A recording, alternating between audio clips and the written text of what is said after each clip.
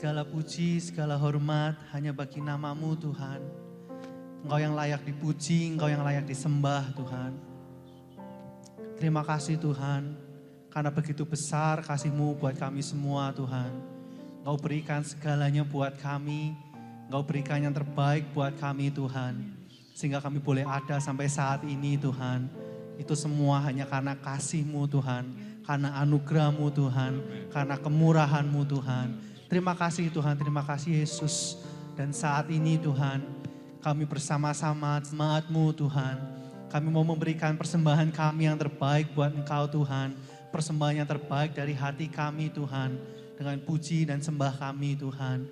Terima kasih Tuhan, terima kasih Yesus. Kami percaya Tuhan yang bertahta di tempat ini. Tuhan yang bekerja dari awal hingga akhirnya Bapa. Terima kasih, kami mau serahkan semuanya hanya di dalam nama Tuhan Yesus Kristus. Dan kami siap memuji, memuliakan nama-Mu di dalam nama Tuhan Yesus Kristus. Haleluya. Amin. Shalom jemaat yang dikasihi Tuhan. Apa kabarnya? Luar biasa. Wah, saya senang sekali lihat semangatnya Bapak Ibu sekalian. Semuanya siap memuji nama Tuhan, amin. Kita siap menyembah Tuhan, amin. Mari kita mau sama-sama kasih yang terbaik buat Tuhan kita. Dia yang layak terima pujian kita. Tuhan, kami rindu mengatakan kepadamu Tuhan, Engkaulah segalanya bagi kami Tuhan. Tuhan, ku rindu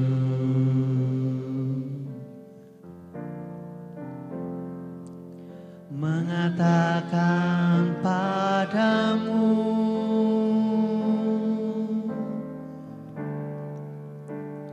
Kaulah segalanya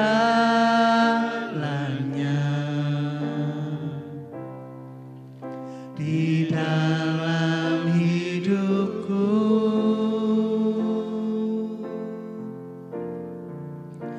Mengenal isi hatimu,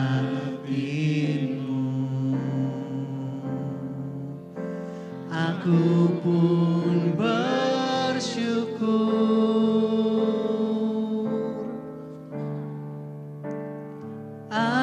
Akulah putramu,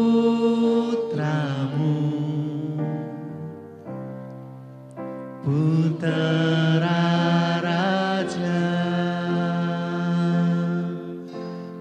Katakan ku puji, ku puji nama-Mu, ku puji nama-Mu, ku sanjung Engkau, oh Tuhan dan Rajaku. Ku puji nama-Mu, ku puji nama-Mu, ku sanjung Engkau, oh Tuhan.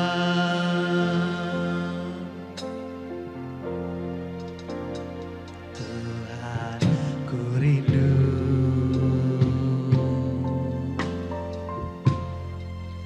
mengatakan padamu,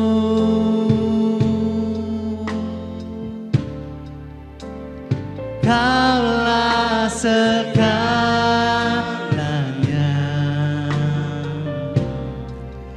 di dalam hidupku. Mengenal isi hatimu, isi hatimu, aku pun bersyukur.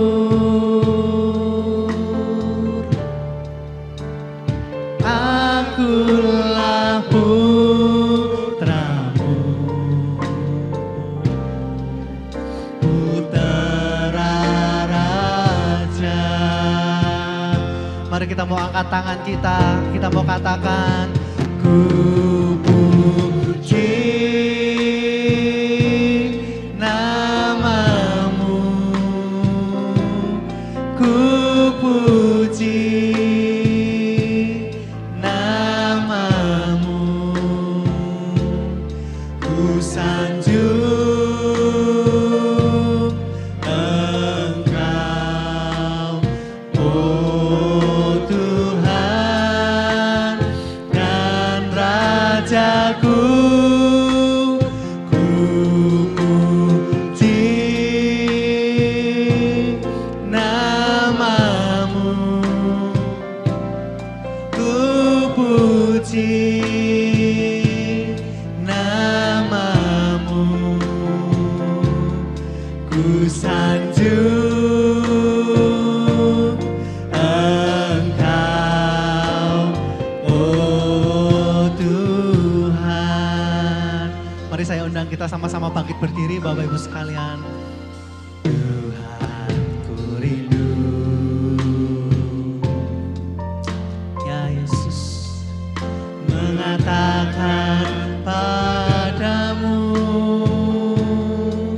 Kaulah segalanya bagi kami Tuhan, Kaulah segalanya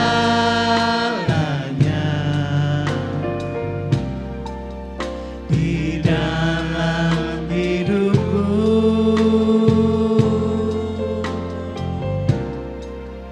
Mengenal isi hatimu, aku pun bersyukur.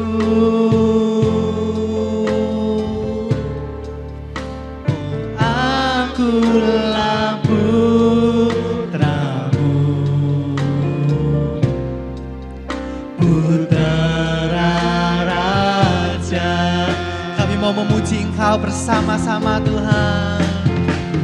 Ku puji namamu,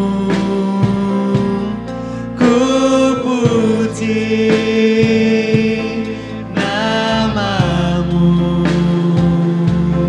ku sanjung Engkau, oh Tuhan dan Rajaku. Ku puji namamu, ku puji namamu, ku sanjung Engkau, oh Tuhan. Ku puji namamu, ku puji namamu, ku puji namamu, ku sanjung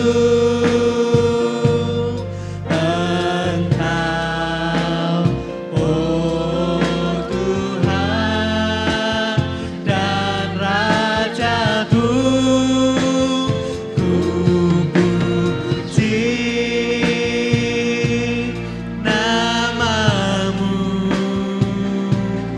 ku puji namamu, ku sanjung Engkau, oh Tuhan. Ku puji namamu Tuhan, Tuhan. Ku puji namamu, ku puji namamu, ku sanjung Engkau, oh Tuhan dan Rajaku.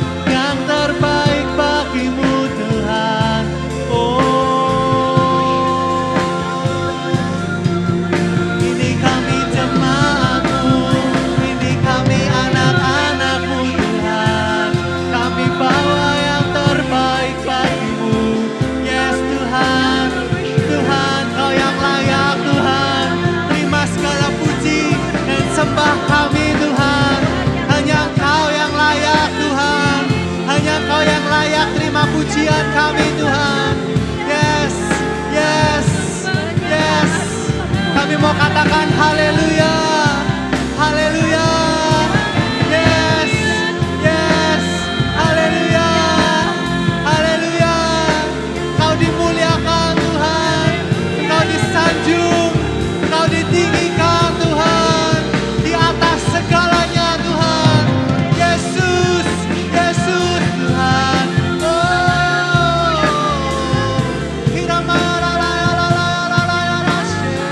Tuhan, Engkau segalanya Tuhan, Engkau segalanya, Engkau segalanya Tuhan. Kami mau memuji-Mu Tuhan, kami memuji-Mu Tuhan.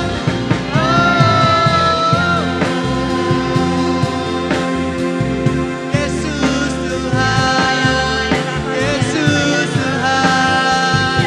Yes, Kau sangat baik Tuhan, kasih-Mu begitu besar buat kami Tuhan. Ini yang dapat kami lakukan untuk membalas kasih-Mu Tuhan, melalui puji dan sembah kami Tuhan. Persembahan yang terbaik bagi-Mu Tuhan. Kami bawa Tuhan, kami bawa bagi-Mu Tuhan. Kami bawa Tuhan. Yes. Inilah pujian anak-anak-Mu Tuhan. Inilah pujian jemaat-Mu Tuhan. Terimalah, terimalah Tuhan, sebagai satu persembahan yang harum, yang kudus dan yang berkenan kepada-Mu Tuhan. Hiramaya rasya.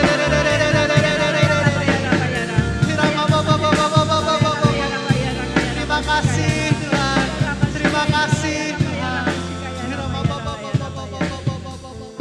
Yes, yes. Tuhan, Kau yang layak dipuji, disembah Tuhan. Hanya Engkau yang layak dipuji, disembah Tuhan.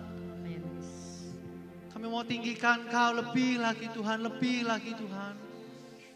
Di atas segalanya Tuhan. Karena Engkau sangat baik buat kami Tuhan. Dan selalu baik Tuhan buat kami Tuhan.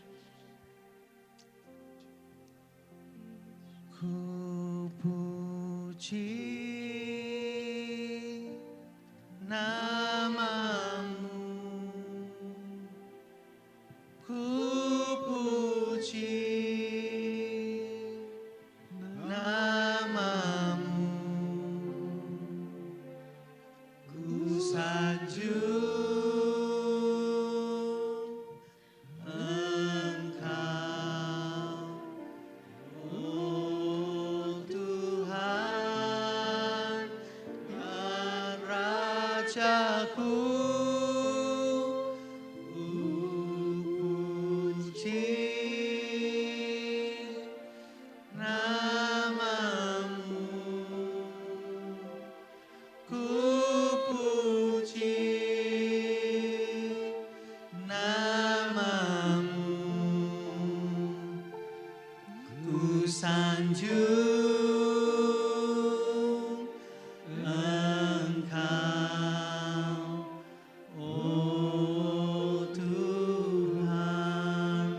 Mari kita mau sama-sama katakan, ku puji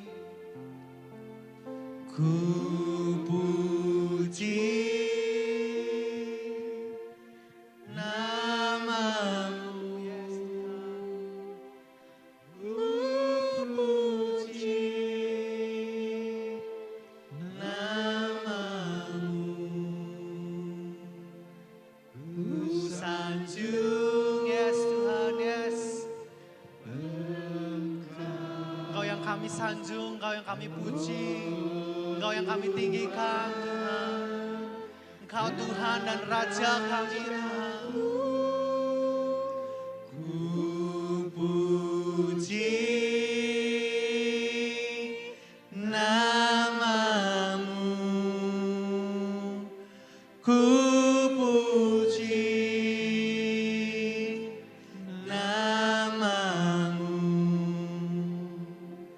ku sanjung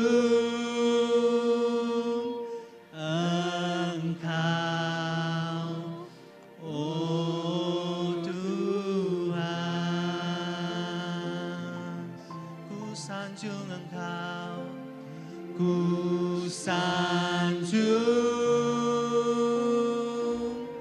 Engkau,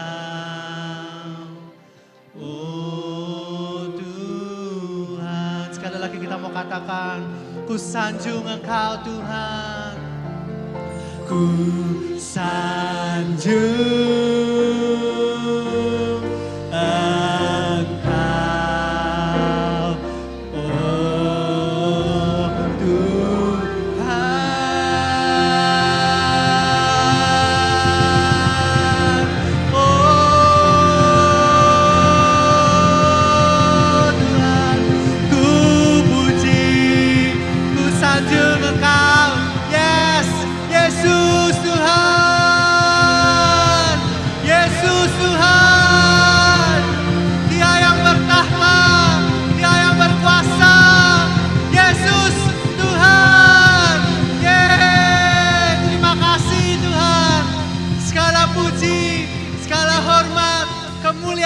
bagi Engkau Tuhan, dan kami semua siap memuji memuliakan nama-Mu. Di dalam nama Tuhan Yesus Kristus, setiap kita yang siap memuji memuliakan nama Tuhan, kita mau sama-sama katakan amin. Sekali lagi berikan sorak-sorai yang meriah buat Tuhan kita. Yes. Firman Tuhan berkata, langit dan bumi akan berlalu, tetapi perkataanku tidak akan berlalu. Amin Bapak Ibu sekalian. Amin. Kita percaya Dia akan menggenapi firman-Nya. Amin. Amin. Dia akan menggenapi janjinya dalam hidup kita. Amin. Amin. Begitu besar kasih Tuhan buat kita semua.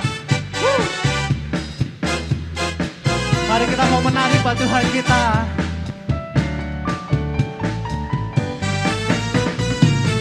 Biar bumi akan berlalu, biar bulan tak bercahaya lagi, biar langit akan bergoncang, matahari tak bersinar lagi, tetapi Tuhan Yesusku tak pernah ingkar janji. Semua yang difirmankannya pasti akan digenapi.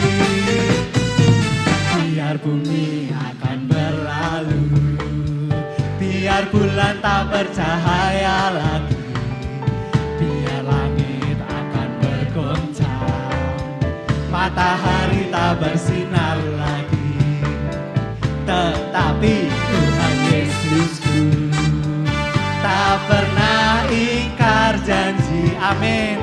Semua yang difirmankannya pasti akan digenapi. Semuanya katakan shalalalalala. Saya cinta Yesus. Shalalalalala. Yesus cinta saya. Lagi katakan shalalalalala. Saya cinta Yesus. Shalalalalala. Yesus cinta saya.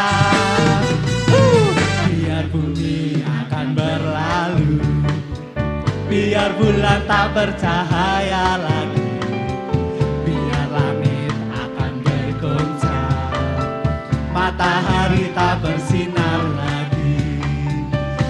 tetapi Tuhan Yesusku, amin. Dia tak pernah ingkar janji, Bapak Ibu sekalian. Semua yang difirmankannya pasti. Sekali lagi kita mau katakan, biar bumi akan berlalu, biar bulan tak bercahaya lagi, biar langit akan bergoncang, matahari tak bersinar lagi, tetapi Tuhan Yesusku tak pernah ingkar janji, amin Tuhan. Semua yang difirmankannya pasti. Kami mau cinta Engkau lebih lagi Tuhan, karena Engkau sudah cinta kami. La la la la, saya cinta Yesus. Sya la la la la la la la, Yesus cinta saya. Semuanya angkat tanganmu, katakan la la la la la, amin. Saya cinta Yesus. Sya la la la la la la la, Yesus cinta saya. Sya la la la, sya la la la la la la la. Saya cinta Yesus. Yes, amin Tuhan. La la la la la, Yesus cinta saya. Yesus cinta saya. Sekali lagi katakan, Yesus cinta saya. Yes, Bapak Ibu sekalian, siap memuji Tuhan lebih lagi? Amin. Amin. Kita mau menari buat Tuhan kita, amin. Amin. Mari kita mau katakan, Yesus kekasih jiwaku, sungguh kami percaya kepadamu Tuhan. Kita mau joget buat Tuhan kita, amin. Katakan E-A. E-A. E-A. Lagi. E-A. E-A. Lai, lai, lai, lai. Lai, lai, lai. Lai, lai, lai. Yesus, Yesus kekasih jiwaku, sungguh ku percaya padamu, karena kasih-Mu padaku, Kau tebus dosaku.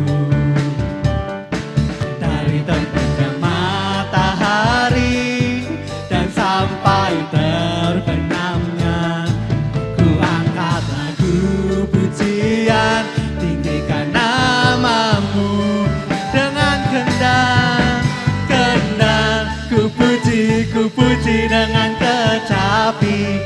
Wow, ku bernyanyi, haleluya, Yesus kekasihku. Bapak Ibu sekalian, saya mau minta jempolnya diangkat sama-sama yuk. Jempolnya ke atas. Kita mau joget buat Tuhan kita, amin. Amin. Saya minta semuanya joget ke kanan, ke kiri, amin. Kasih yang terbaik buat Tuhan kita, amin. Kita mau katakan, lai, lai, lai, lai.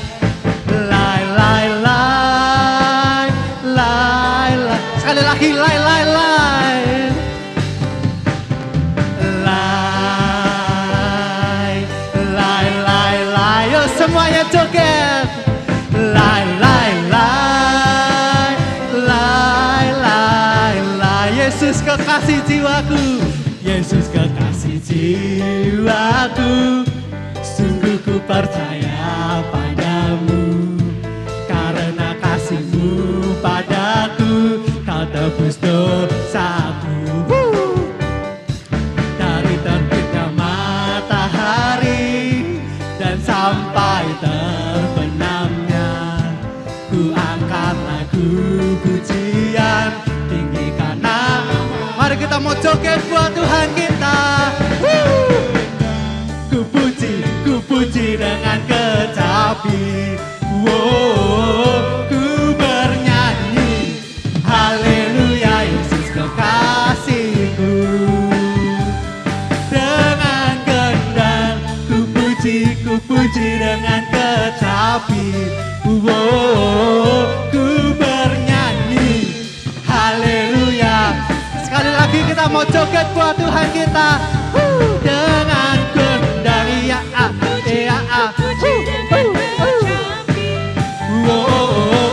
ku bernyanyi haleluya, Yesus kekasihku.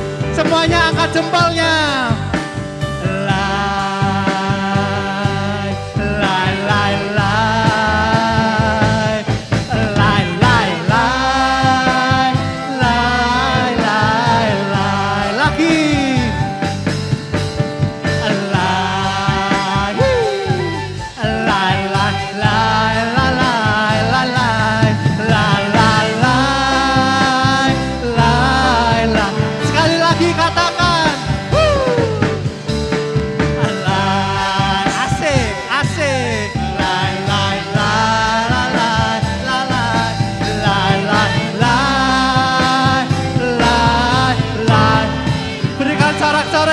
Tuhan kita.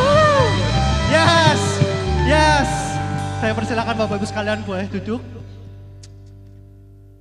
Yes, terima kasih Tuhan. Kasih-Mu sungguh besar buat kami Tuhan. Dan telah terbukti Tuhan. Ketika Engkau menyerahkan anak-Mu bagi kami Tuhan. Untuk menebus dosa kami. Menyelamatkan kami Tuhan. Terima kasih Tuhan, terima kasih Yesus.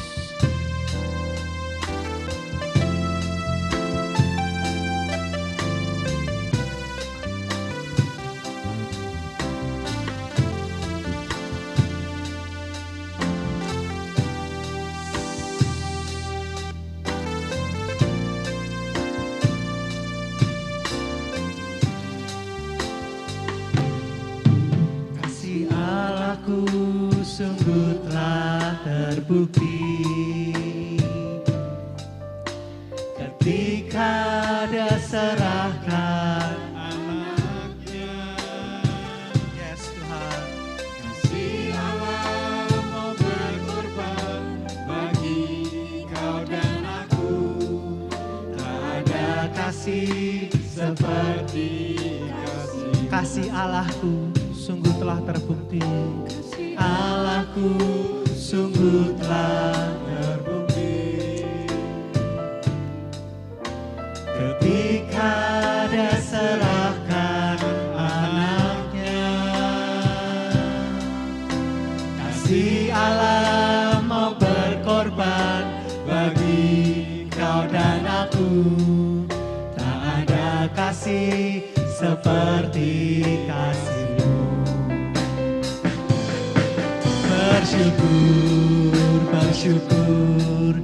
Bersyukurlah bersyukur karena kasih setiamu. Ku sembah dan ku sembah selama hidupku. Ku sembah Kau Tuhan.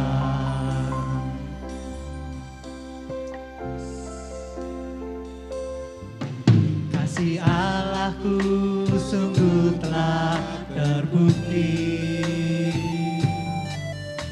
ketika Dia serahkan anaknya.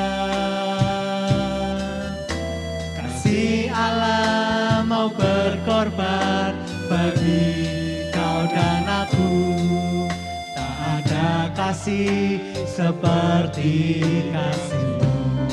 Oh bersyukur Tuhan, bersyukurlah bersyukur karena kasih setiamu.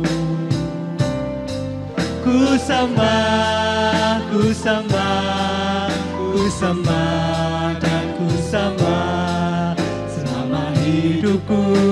Ku sembah Kau Tuhan. Bersyukurlah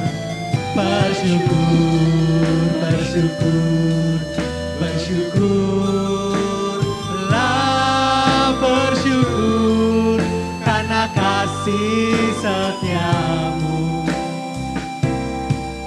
Ku sembah, ku sembah, ku sembah dan ku sembah.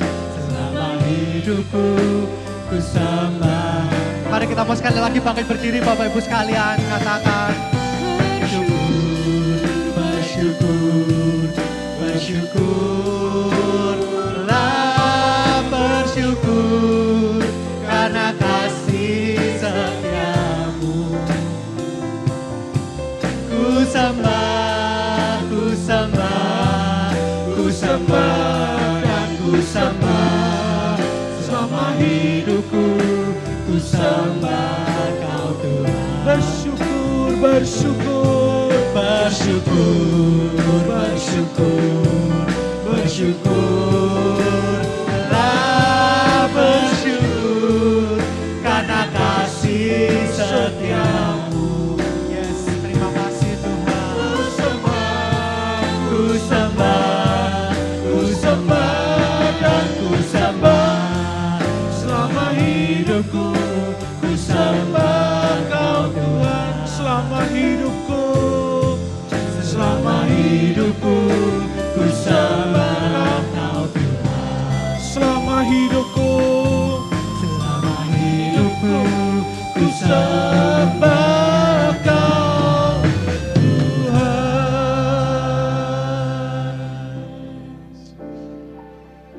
segala puji dan syukur kami naikkan kepadamu ya Bapa. Ketika kami boleh mengingat kebaikan dan kasih setia Tuhan yang begitu berlimpah dalam kehidupan kami. Kasih dan kebaikan Tuhan tidak pernah habis-habisnya Tuhan limpahkan atas kehidupan kami. Tiap hari lepas tiap hari, tiap minggu lepas tiap minggu, bahkan tiap bulan lepas tiap bulan.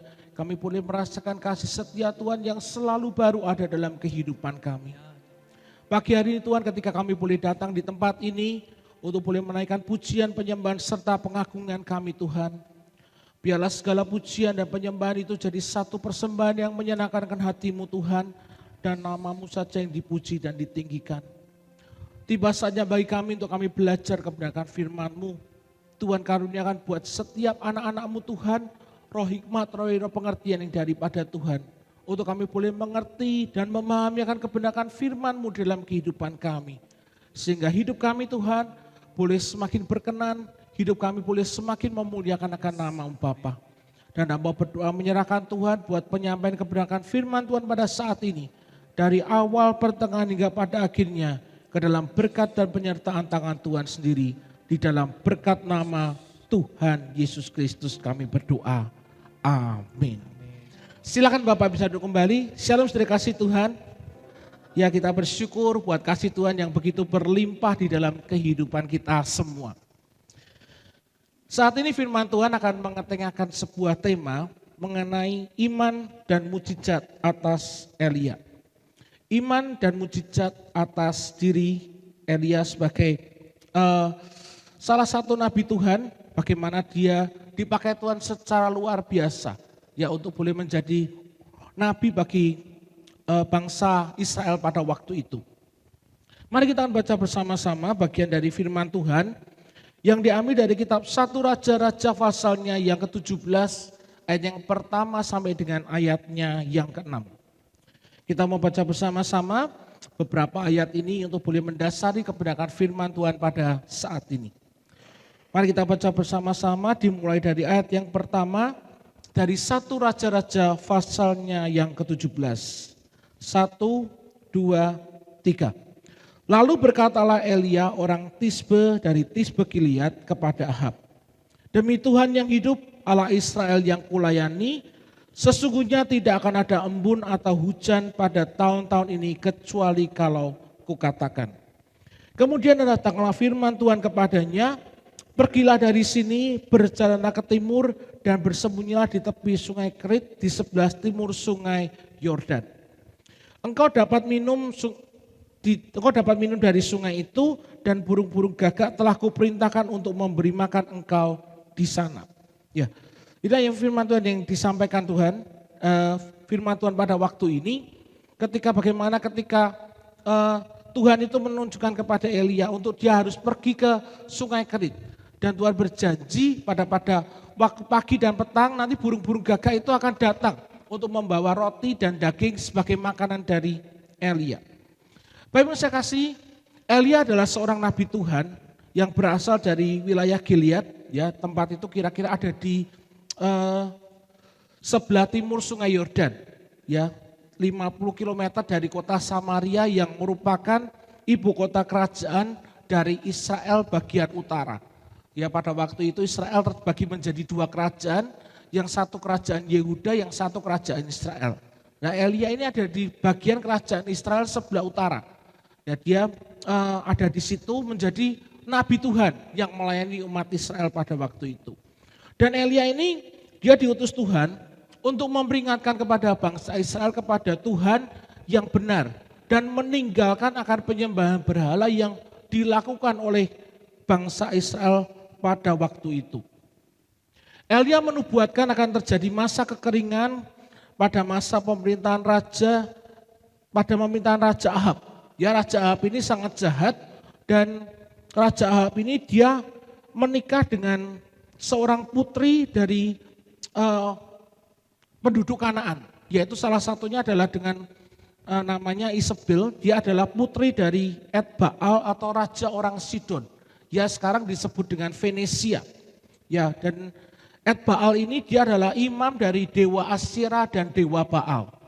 Nah, karena latar belakang seperti ini, ketika mereka menikah, Ahab dan Isabel menikah, mereka bersekutu dan menjadikan penyembahan berhala khususnya kepada dewa Baal itu sebagai satu agama resmi di dalam kerajaan Israel.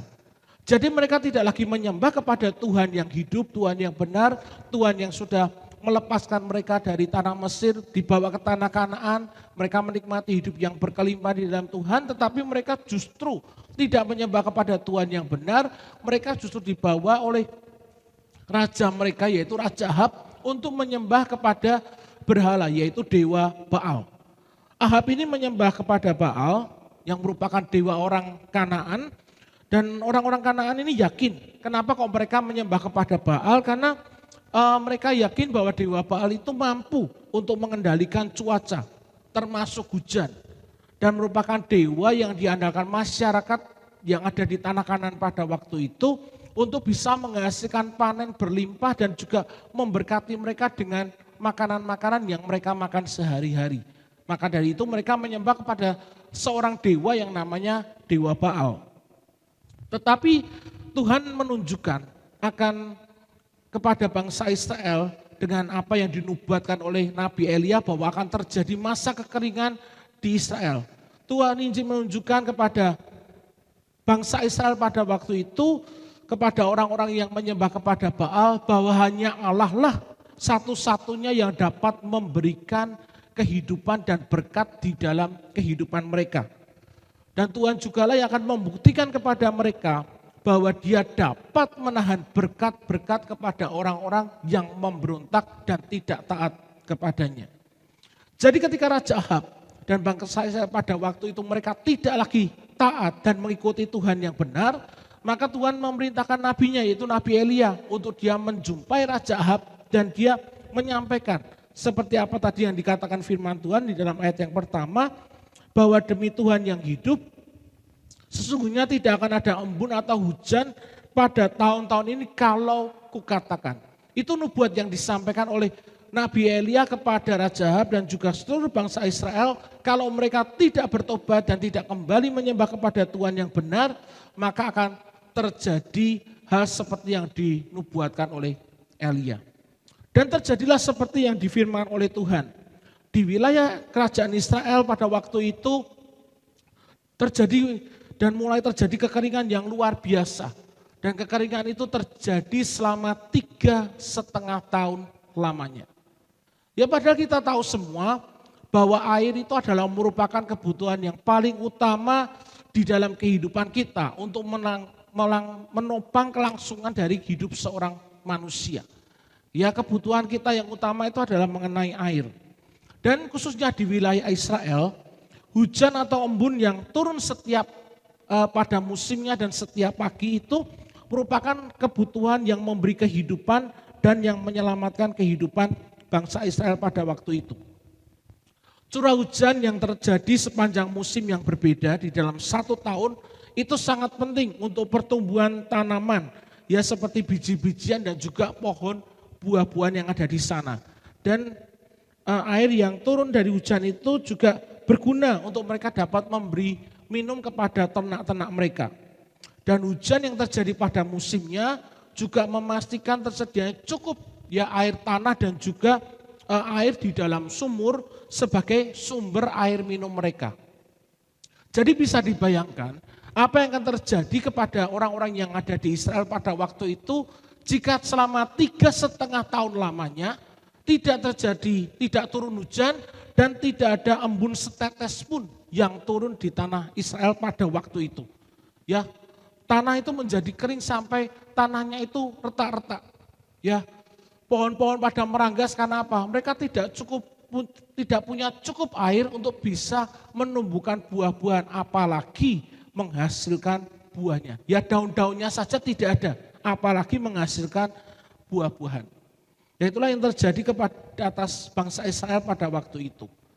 Dan kita juga tahu, Elia di tanah Israel pada waktu itu, dia hanya seorang diri, seorang nabi Tuhan saja yang masih benar-benar menyembah dan lurus kepada Tuhan.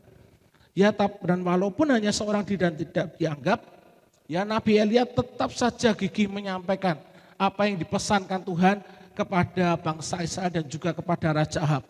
Ya bahkan kerap kali dia harus menerima ancaman atas nyawanya. Ya kepada pesan yang dia sampaikan, tetapi Elia ini nabi yang luar biasa. Dia tetap pantang menyerah. Dan kalau kita baca di dalam firman Tuhan, Allah memakai Elia secara luar biasa. Ya banyak mujizat yang dilakukan oleh Nabi Elia. Dan Elia belajar untuk melaksanakan penugasan Tuhan sebagai seorang nabi yang taat kepadanya. Ya karena itu Allah memuliakan dia di akhir hidupnya. Ya karena Elia belajar untuk mentaati kebenaran firman Tuhan, Allah memuliakan dia di akhir hidupnya. Ya Elia tidak mati seperti manusia biasa. Tetapi ya dia terangkat ke dalam kerajaan surga di dalam angin dan badai. Dan itu disaksikan oleh hambanya yaitu Elisa. Yang menyaksikan bagaimana Elia, ya seniornya itu diangkat Tuhan ke surga. Ya dalam kereta api, ya kereta kuda yang berapi dibawa Tuhan untuk naik ke surga. Dia tidak mengalami kematian secara jasmani. Nah, kita hari ini akan melihat beberapa hal yang dapat kita pelajari dari hidup Elia yang mengalami mujizat Tuhan di dalam masa kekeringan yang terjadi di Israel pada waktu itu. Ya, kenapa Elia bisa tetap bertahan? Karena dia mengalami mujizat Tuhan, dia mengalami pertolongan Tuhan. Meskipun pada waktu itu di Israel itu terjadi kekeringan di mana-mana dan bahan makanan itu sangat terbatas. Hal yang pertama yang bisa kita pelajari dari hidup Elia, bagaimana dia mengalami mujizat Tuhan di dalam masa-masa kekeringan. Yang pertama adalah Elia ini dipelihara Tuhan karena dia beriman kepada Tuhan. Elia dipelihara Tuhan karena ia beriman kepada Tuhan. 1 Raja-Raja 17 ayat yang pertama berkata, lalu berkatalah Elia orang Tisbe dari Tisbe Gilead kepada Ahab, demi Tuhan yang hidup Allah Israel yang kulayani, sesungguhnya tidak akan ada embun atau hujan pada tahun-tahun ini kecuali kalau kukatakan. Bapak Ibu saya kasih, dampak kekeringan yang terjadi di tanah Israel pada waktu itu tidak hanya dirasakan oleh Israel saja, tetapi juga dialami oleh Nabi Elia. Ya, namun dalam masa pengumuman Tuhan atas kerajaan Israel, Tuhan tetap menyatakan pemeliharaannya atas Nabi Elia. Dan Tuhan memerintahkan kepada Elia untuk tinggal di tepi sungai Kerit. Ya di dalam ayat yang ketiga dan keempat di dalam 1 Raja-Raja 17, firman Tuhan berkata, pergilah dari sini, berjalanlah ke timur dan bersembunyilah di tepi sungai Kerit di sebelah timur sungai Yordan. Engkau dapat minum dari sungai itu dan burung-burung gagak telah kuperintahkan untuk memberi makan engkau di sana. Bapak saya kasih, perhatikan kemana Tuhan memerintahkan Nabi Elia untuk tinggal selama masa-masa kekeringan itu terjadi di kerajaan Israel. Firman Tuhan mengatakan bahwa Tuhan memerintahkan Nabi Elia untuk tinggal di tepi sungai Kerit. Nah, Bapak Ibu saya kasih, mungkin kita bertanya-tanya, apakah Tuhan tidak bisa menyediakan tempat yang lebih baik untuk Nabi Elia, ya, selain dari tinggal di tepi sungai Kerit? Ya misalnya, ya Tuhan memerintahkan Elia ini untuk tinggal di rumah seorang bangsawan, ya yang kaya raya, yang punya banyak bahan makanan, dia punya banyak cadangan makanan dan minuman. Mengapa harus di tepi sungai Kerit? Ya kenapa Tuhan tidak memerintahkan Elia untuk datang di rumah seseorang yang berlimpah-limpah, punya makanan, punya minuman, sehingga hidupnya terpelihara di sana.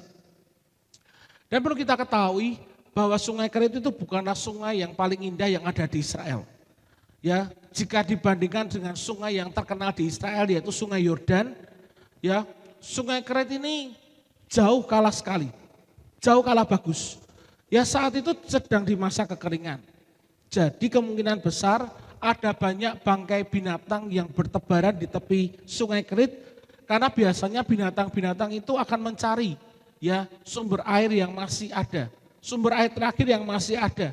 Dan ketika sumber air itu pada akhirnya mengering, ya akhirnya binatang itu juga mati di sana. Nah, di tengah kotornya air sungai yang seperti itu keadaannya, Elia diminta Allah untuk dia ke sana dan bersembunyi di tepi sungai Kerit. Nah, karena terpaksa, di situ Elia mau tidak mau dia harus minum air dari sungai Kerit. Ya terpaksa, tidak ada sumber air lain yang bisa dia dapatkan, mau tidak mau dia harus minum dari air sungai itu, dari sungai Kerit. Tetapi kita lihat, apakah pernah dituliskan dalam firman Tuhan, bahwa ketika Elia minum air dari sungai Kerit yang bisa kita bayangkan mungkin tidak sejernih air yang kita minum tiap hari, ya, tetapi tidak pernah dituliskan oleh firman Tuhan bahwa Elia itu mengalami sakit. Elia tetap sehat sampai pada akhirnya dia diangkat ke surga. Lalu yang luar biasa, setiap pagi dan petang dia mendapatkan roti dan daging dari burung gagak. Nah, kalau kita lihat di dalam literatur yang ada, burung gagak ini biasanya dia mengais-ngais sampah untuk mencari makanan dengan mulutnya. Ya, sudah ngais-ngaisnya sampah, dia masih cari makanan itu pakai paruhnya, ya pakai mulutnya. Dan lalu jika dia membawa roti dan daging, ya kira-kira dari mana asal roti dan daging itu? Ya, dan mulut atau kaki dari burung gagak yang membawa daging atau roti itu tentunya juga penuh kuman. Ya, dia kan mengais-ngaisnya pakai paruhnya dan namanya sampah tentunya kan banyak kuman yang ada di situ. Tetapi yang luar biasa, meskipun Elia makan roti dan daging yang mungkin entah didapatkan dari mana itu, ya sekali lagi Elia tidak pernah dituliskan oleh firman Tuhan dia sakit dan harus dirawat. Ya, Elia tetap sehat-sehat saja. Ya, tapi perhatikan bahwa hal ini berlaku khusus untuk Elia. Bukan untuk kita contoh. Ya. Bukan untuk kita contoh. Ini bukan contoh yang baik. Tetapi inilah cara Tuhan untuk memelihara kehidupan Elia. Dengan cara Tuhan dengan ya seringkali tidak bisa kita pahami, tidak bisa kita mengerti. Ya. Jadi jangan lakukan hal ini di rumah. Ya, kecuali kalau Tuhan yang perintahkan. Ya. Jadi jangan nanti kalau ada makanan sudah jatuh di sampah, wah Elia saja enggak apa-apa, ya Anda ambil, ya lalu dimakan. Ya jangan lakukan hal seperti ini, kecuali kalau Tuhan yang perintahkan. Nah hal ini khusus berlaku untuk Elia saja. Nah kalau pertanyaannya, mengapa Tuhan itu memerintahkan burung gagak untuk memberi makan Elia? Dan bukannya Tuhan menyuruh mungkin jenis-jenis burung yang lain? Ya kenapa kok justru burung gagak? kenapa Tuhan tidak menyuruh burung raja wali misalnya ya untuk memberi Elia makan. Ya kalau burung raja wali yang memberi Elia makan kan kelihatannya lebih keren ya. Burungnya besar, burungnya gagah ya, dan memang burung raja wali kan pandai untuk berburu. Ya jadi kalau burung raja wali yang memberi makan mestinya ya lebih keren lah ceritanya daripada burung gagak. Atau mungkin burung murai yang memberi makan Elia. Ya selain beri makan kan suaranya juga indah, bisa buat hiburan. Ya tetapi tidak, Tuhan justru memakai burung gagak. Nah, burung gagak sendiri adalah burung yang berwarna hitam. Jadi burung gagak ini warnanya hitam. Dan biasanya burung gagak ini identik dengan kematian. Ya, burung gagak juga identik dengan kejahatan. Ya kalau Anda lihat di film-film itu kan kalau ada misalnya tukang sihir itu biasanya punya peliharaan burung gagak. Atau orang-orang yang jahat yang digambarkan di film-film pada masa lalu itu biasanya meliharanya burung gagak. Ya, bahkan kitab Taurat menyatakan burung gagak ini sebagai binatang yang haram untuk dimakan. Ya tetapi kita melihat dalam kisah ini Tuhan memilih burung gagak untuk memberi makan Elia. Ya Tuhan bisa saja menyuruh burung atau binatang lain yang lebih normal dan tetap menyatakan mujizatnya atas kehidupan Elia. Ya, tetapi justru Tuhan itu memilih burung gagak yang di pandangan sebagian orang binatang yang mungkin menjijikan dan tidak ada banyak orang yang mau memelihara burung gagak. Tapi kenapa kalau Tuhan memilih burung gagak ini untuk jadi melayani Elia, untuk memberi makan Elia, ya hambanya. Nah, sebetulnya alasannya sederhana saja. Alasannya adalah Tuhan itu sedang mengajar Elia tentang dirinya. Ya Tuhan itu sedang mengajar Elia tentang dirinya. Kenapa kok Elia itu harus diajar Tuhan tentang mengenal bagaimana Elia ini mengenal Tuhan lebih lagi. Bapak Ibu saya kasih, kalau kita baca di ayat yang pertama, ya saat itu Elia baru saja melayani sebagai nabi Tuhan. Ya di 1 Raja-Raja pasal 17 ayat yang pertama itu Elia baru saja melayani sebagai nabi Tuhan. Kenapa? Kalau kita dibaca di pasal-pasal sebelumnya, tidak ada cerita mengenai pelayanan Elia. Ya, tidak pernah disebutkan.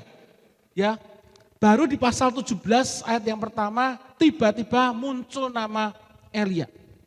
Ya. Dan pada masa awal pelayanannya Elia juga belum mendapat gelar nabi. Dia tidak mendapat gelar pelihat ataupun nama abdi Allah. Sebagaimana umumnya seorang nabi yang ada di Israel pada waktu itu, pada awal pelayanannya. Di ayat yang ke-17 ayat yang pertama tadi dikatakan dia hanya disebut sebagai Elia, orang Tisbe. Nah, bagi Elia yang baru melayani Tuhan, oleh karena itu dia perlu diajar tentang siapa Tuhan yang dia layani itu. Bapak saya kasih, sejatinya di dalam kehidupan kita, Tuhan itu juga sedang mengajar kita yang hidup pada masa kini. Karena kita juga menghadapi pergumulan yang tidak berbeda dengan yang dihadapi oleh Elia. Cuma bedanya apa? Bedanya di masa Elia itu tidak banyak teknologi yang bisa mendukung seseorang itu untuk bisa lebih mengenal Tuhan secara pribadi. Ya.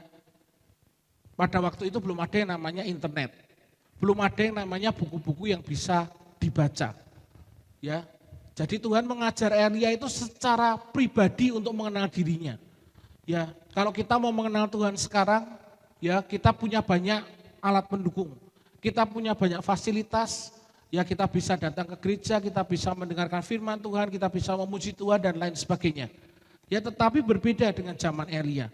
Tetapi esensinya adalah bahwa Tuhan itu mau mengajar kita untuk kita boleh mengenal siapa Tuhan kita itu sesungguhnya. Ya karena apa? Ketika kita mengenal Tuhan kita dengan sesungguhnya, ketika kita menghadapi banyak pergumulan, persoalan di dalam kehidupan ini, ya kita bisa tetap seperti Elia. Dia tetap beriman kepada Tuhan. Ya karena pergumulan yang Elia hadapi tentunya juga tidak jauh berbeda dengan kehidupan yang kita alami saat ini. Ya firman Tuhan kalau saya sampaikan bulan yang lalu, ya bahwa Elia juga manusia biasa sama seperti kita. Tentunya hal yang Elia alami juga kita alami di dalam kehidupan ini. Jadi apa yang sejatinya sedang Tuhan ajarkan kepada Elia ketika Tuhan memerintahkan burung-burung gagak untuk memberi makan kepadanya. Yang diajarkan Tuhan adalah melalui perjalanan hidup Elia, ya, Tuhan itu ingin mengajarkan kepada kita mengenai cara Tuhan memelihara orang-orang yang dikasihinya melampaui pikiran kita. Ya Tuhan sedang mengajarkan kepada kita semua, ya dari kisah ini bagaimana cara Tuhan yang bisa memelihara kehidupan orang-orang yang dikasihnya itu melampaui pikiran kita. Seringkali pikiran dan jalan kita itu terbatas. Tetapi pikiran dan jalan Tuhan itu melebihi akan pikiran kita. Karena itu Bapak Ibu saya kasih, marilah kita mau tetap beriman dan berharap kepadanya. Serta janganlah kita berputus asa menghadapi kesulitan di dalam kehidupan kita. Ya Tuhan punya berbagai cara untuk bisa memelihara dan mengubah kehidupan kita. Bahkan memulihkan kehidupan kita. Tetapi kita mau belajar untuk kita tetap beriman dan berharap kepada Dia. Sama seperti apa yang Elia lakukan. Tuhan punya caranya sendiri. Dan karena imannya, Elia benar-benar sepenuhnya percaya akan pemeliharaan Tuhan. Apapun yang Tuhan suruh untuk Elia lakukan, Elia patuh untuk melakukannya. Dia mau untuk melakukan apa yang difirmankan oleh Tuhan. Meskipun itu bisa mengancam nyawanya. Ya meskipun itu mengancam keselamatannya. Tetapi dia belajar untuk melakukan apa yang Tuhan perintahkan. Salah satu bagian dari iman adalah kita mau berserah penuh kepada Tuhan kita Yesus Kristus. Kita perlu mengizinkan Dia untuk berkarya dengan caranya dan bukan dengan cara kita. Izinkan Yesus yang Maha Kuasa itu mengejutkan kita dengan mujizat-mujizatnya yang tidak terpikirkan oleh akal dan pikiran kita. Itu hanya akan terjadi ketika kita mau belajar beriman kepada Tuhan dengan sungguh-sungguh. Lalu yang kedua, mujizat yang kedua dari pemeliharaan Tuhan atas Elia adalah Elia ini dipelihara Tuhan karena dia taat kepada firman Tuhan. Yang pertama Elia belajar beriman kepada Tuhan, yang kedua Elia mau taat kepada firman Tuhan. 1 Raja-Raja pasal 17, yang ketiga sampai yang kelima dikatakan oleh firman Tuhan, pergilah dari sini, berjalanlah ke timur, dan bersembunyilah di tepi sungai Kerit di sebelah timur sungai Yordan. Lalu ayat yang kelima, lalu ia pergi dan ia melakukan seperti firman Tuhan, ia pergi dan diam di tepi sungai Kerit di sebelah timur sungai Yordan. Tuhan berfirman kepada Elia untuk Elia pergi ke sebelah timur di tepi sungai Kerit. Dan ayat yang kelima berkata, Elia pergi dan dia melakukan seperti firman Tuhan. Dia pergi dan dia diam di tepi sungai Kerit. Elia pada waktu itu, dia sedang melarikan diri dari kejaran Raja Ahab. Dan dia berpikir bahwa dia mau kembali ke kampung halamannya, ya, di Tisbe. Tetapi ketika dia sedang memikirkan hal tersebut, firman Tuhan itu datang kepadanya. Kalau dia kembali ke Tisbe, ada kemungkinan ya para prajurit-prajurit Raja Ahab akan mencarinya di rumahnya, ya, di kampung halamannya. Lalu tuh Allah memerintahkan Elia untuk bersembunyi di tepi sungai Kerit. Dan ketika dia belajar untuk taat melakukan firman Tuhan, Elia pada waktu itu dia tidak punya waktu untuk dia bisa menyiapkan bahan makanan dalam jumlah besar atau mengumpulkan perbekalan saat dia akan tinggal di tepi sungai Kerit. Ya, saat itu dia tidak mempersiapkan hal tersebut karena dia tidak memikirkan sebelumnya untuk dia akan diperintahkan Tuhan ada di Sungai Kerit. Tetapi dia mau belajar tahu untuk melakukan firman Tuhan. Lalu apa yang dia temukan di sana? Ketika dia sampai di tepi Sungai Kerit, ya sebuah sungai dengan limpasan air dari ketinggian pegunungan. Ya, dan air itu mungkin bisa mencukupi kebutuhan air untuk dirinya untuk sementara waktu. Ya, jadi masalah air mungkin bisa teratasi untuk sementara waktu. Tetapi dari mana makanannya berasal? Ya, makanannya dari mana? Nah, kita bisa melihat bahwa Alkitab secara dramatis menggambarkan bagaimana Allah itu melindungi dan memenuhi kebutuhan nabi yang dikasihnya.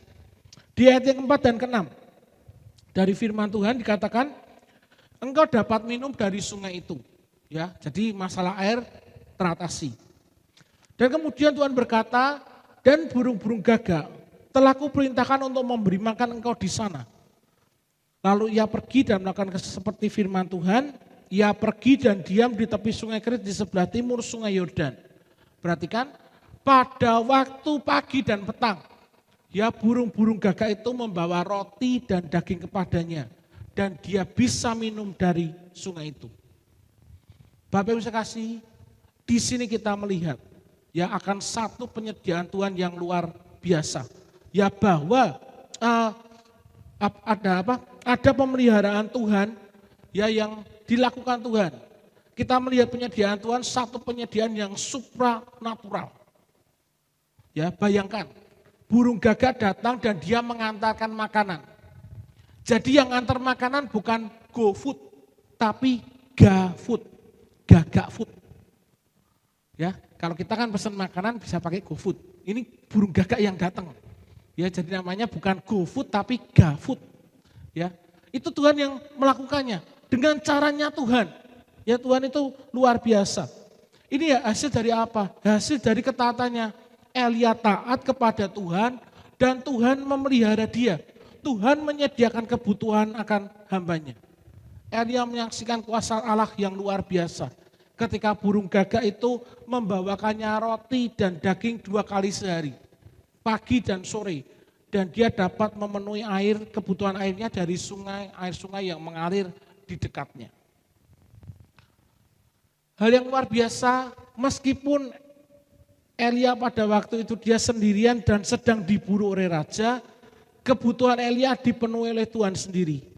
Hamba Tuhan yang dikasih Tuhan, dia dilindungi, diberi nafkah dari lepas hari. Ya, tidak hanya sehari 2 hari. Kurang lebih itu sekitar 3 tahun lamanya. Ya, setiap pagi dan petang ada burung-burung gagak yang datang, bawa daging, bawa roti. Asalnya dari mana? Ya, enggak tahu asalnya dari mana. Namanya masa kekeringan, masa ada orang buat roti, punya daging, dan itu bisa terjadi selama kurang lebih 3 tahun lamanya. Sebelum pada akhirnya Elia disuruh pindahkan untuk ke rumah janda Sarfat. Karena Tuhan mau menyelamatkan janda Sarfat dan anaknya ini dari kematian karena kelaparan. Ya, jadi Elia disuruh pindah oleh Tuhan. Ya, tetapi sebelum itu 3 tahun lamanya, ya ada burung gagak yang rutin, ya ngirim makanan. Pagi datang, ya mungkin 2-3 ekor, bawa roti, bawa daging. Ya sore nanti jamnya makan, burung gagaknya datang lagi. Entah gagak yang sama atau gagak yang lain, tapi burung gagak dia datang kasih makanan. Ya, itu hal yang luar biasa. Tuhan itu memenuhi, melindungi, memberi nafkah, yang memberi, mencukupi, bahkan dia memelihara kehidupan Elia. Ya, tapi Bapak Ibu yang saya kasih, meskipun terlindungi dan tercukupi kebutuhannya, selama musim kemarau, namun Elia hanya seorang diri saja. Ya, dapat Anda bayangkan jika Anda sendirian, tidak bisa pergi kemanapun dan tidak punya tempat untuk berpaling. Ya, ini yang Elia alami ketika dia ada di tepi Sungai Kerit. Ya, selama kurang lebih 3 tahun, ya Elia itu tinggal di tepi Sungai Kerit. dia terisolasi dari masyarakat, dia tidak bisa pergi membeli makan atau ke toko karena tidak ada makanan dan toko yang buka jual makanan. Ya, lalu kira-kira menurut Anda apa yang Elia lakukan selama 3 tahun di tepi sungai Kerit? Ya, dia tidak bisa pergi kemana-mana, ya, dan dia juga tidak boleh pergi kemana-mana karena firman Tuhan menyuruh dia untuk tinggal di tepi sungai Kerit. Ya, tidak ada hiburan yang dia bisa lakukan. Ya, saat itu belum ada televisi. Ya, jangankan televisi, radio saja belum ada. Ya. Jadi apalagi ponsel atau tablet, ya, jangan mimpi ada. Belum ada semuanya. Ya. Dia tidak bisa pergi ya kongko sama teman-temannya. Yang bisa Elia kerjakan pada waktu itu hanya menunggu di tepi sungai. Ya. Entah dia mancing atau tidak saya tidak tahu, tapi yang pasti dia menunggu di tepi sungai. Nah, Bapak saya kasih, pernahkah Anda berada dalam situasi kehidupan yang mirip dengan keadaan Elia pada waktu itu? Di mana Anda sedang tidak bisa berbuat apa-apa lagi, saat Anda telah melakukan semua yang Anda bisa lakukan, ya, yang bisa Anda lakukan hanyalah menunggu pertolongan Tuhan. Ya, mungkin kita pernah dihadapkan pada situasi sama seperti ini. Ya, ini adalah namanya pengalaman di tepi sungai. Ya, pengalaman di tepi sungai. Ya, ini merupakan satu gambaran atau situasi maupun kondisi yang tidak dapat kita selesaikan sendiri. Pengalaman di tepi sungai menggambarkan kepada kita saat kita sedang menanti jawaban atas doa-doa kita dan kita belum menerimanya, kita harus belajar untuk menunggu jawaban tersebut. Ya, ini yang disebut dengan pengalaman di tepi sungai. Ya, mungkin kita pernah mengalami, ya, bagaimana rasanya sendirian, ya, tidak ada teman, tidak ada orang lain yang peduli dengan kita, tidak ada orang yang mungkin menganggap kita ada. Ya, kita sedang dalam kesendirian, hanya kita dengan Tuhan saja. Ya, tetapi kita mau melihat hal-hal di balik hal yang seperti ini. Ya, rasanya sepi, rasanya tidak ada orang yang mungkin peduli dengan kita. Kita tinggal di dalam kesendirian. Tetapi justru di saat-saat seperti itu, ini menjadi satu kesempatan emas bagi kita untuk kita bisa semakin mendekatkan diri kita kepada Tuhan. Saya yakin bahwa Elia sebagai Nabi Allah, dia akan menggunakan waktunya untuk dia memperkuat hubungannya dengan Tuhan dan mempertajam pendengarannya akan suara Tuhan. Sehingga ketika 3,5 tahun masa kekeringan itu akan berakhir, ya, Elia menerima hikmat daripada Tuhan, ya, untuk dia datang kepada Raja Ahab dan berkata bahwa hujan akan segera turun. Ya, saya yakin dan percaya bahwa itu adalah suara Tuhan yang Elia dengar. Karena apa? Dia memiliki kepekaan kepada Tuhan. Dan itu dibangun dari apa? Dari masa-masa kesendiriannya. Dari pengalamannya selama hidup di tepi sungai Kerit. Ya, mungkin memang tidak mudah. Ya, semuanya serba terbatas. Tetapi hal itu akan membuat iman kita itu semakin kuat. Akan membangun iman kita itu semakin teguh kepada Tuhan. Elia adalah seorang nabi yang saat itu sedang diuji ketaatannya oleh Tuhan. Dan ketika dia mau belajar taat kepada Tuhan, dia melihat, dia mengalami pertolongan dan juga keajaiban daripada Tuhan. Ya, Tuhan memerintahkan Elia untuk menyampaikan kabar buruk kepada Raja Ahab. Dia mau belajar taat. Setelah itu Tuhan memerintahkan Elia untuk tinggal di tepi sungai Kerit selama 3 tahun namanya kurang lebih. Ya, Elia belajar taat. Dan dia melihat bagaimana selama dia ada di tepi sungai Kerit tidak pernah dituliskan. Di situ Elia mengalami kelaparan. Ya, burung-burung gagak yang diperintahkan Tuhan tidak pernah lupa untuk menyediakan makanan buat Elia setiap pagi dan setiap petang. Ya, ini perintah yang luar biasa yang Elia belajar untuk ketika dia belajar taat, Tuhan juga menggenapi janjinya. Setiap kali Elia melihat burung-burung gagak itu datang membawa daging dan roti pada saat pagi dan saat petang, Elia bukan saja diingatkan bahwa Tuhan yang dia percayai, Tuhan yang dia sembah, Tuhan yang dia ikuti itu bukan hanya Tuhan yang Maha Kuasa, tetapi dia melihat akan buah dari ketaatannya. Ya, Tuhan itu berkuasa untuk memelihara kehidupan Elia, tetapi hal itu hanya bisa terjadi ketika Elia mau taat akan perintah Tuhan.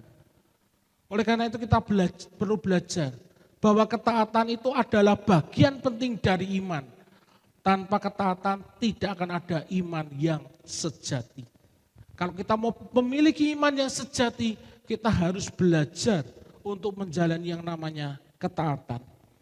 Dan kisah dari Elia ini juga menunjukkan kepada kita bahwa akan ada perkenanan dan penyertaan Tuhan ketika Tuhan berjanji. Karena dalam setiap janji-janji Tuhan pasti ada maksud Tuhan dan cara Tuhan yang ajaib untuk menggenapi setiap janjinya. Ya, jadi ketika Tuhan itu memberikan janji dalam kehidupan kita, ya, jangan pernah kita mencoba berpikir kira-kira caranya gimana ya. Ya, kira-kira Tuhan berkati saya dari siapa ya? Ya, itu bukan urusan kita. Ya, kalau ketika Tuhan sudah berjanji, ya kita perlu belajar sama seperti Elia. Menunggu jawaban doa kita. Ya, nanti entah burung gagak dari mana Tuhan yang akan menggenapi janjinya. Bukan dengan cara kita, tapi dengan caranya. Tuhan bisa menggenapi setiap janji-janjinya. Saya percaya bahwa tidak pernah terpikirkan oleh Elia bahwa dia akan dapat roti dan daging dari burung gagak. Ya. Dan tidak pernah terpikirkan dalam hidupnya bahwa Tuhan akan memelihara hidupnya dari air sungai Kerit yang jelas tidak ada higienisnya sama sekali. Tetapi Tuhan memelihara kehidupannya. Elia tidak pernah sakit, Elia tetap dipelihara oleh Tuhan. Jadi Bapak Ibu saya kasih, jika Tuhan itu sanggup memelihara Elia, maka dia juga pasti sanggup memelihara kita juga. Amin. Dia akan menepati janjinya dan akan memelihara kita senantiasa. Ya, ketika Tuhan berjanji, Tuhan tidak pernah melupakan akan janjinya. Yang Tuhan mau minta kepada kita untuk kita lakukan adalah kita mau tetap beriman, percaya kepada Tuhan, dan kita mau taat untuk melakukan perintahnya. Maka janji Tuhan pasti akan terjadi dalam kehidupan kita.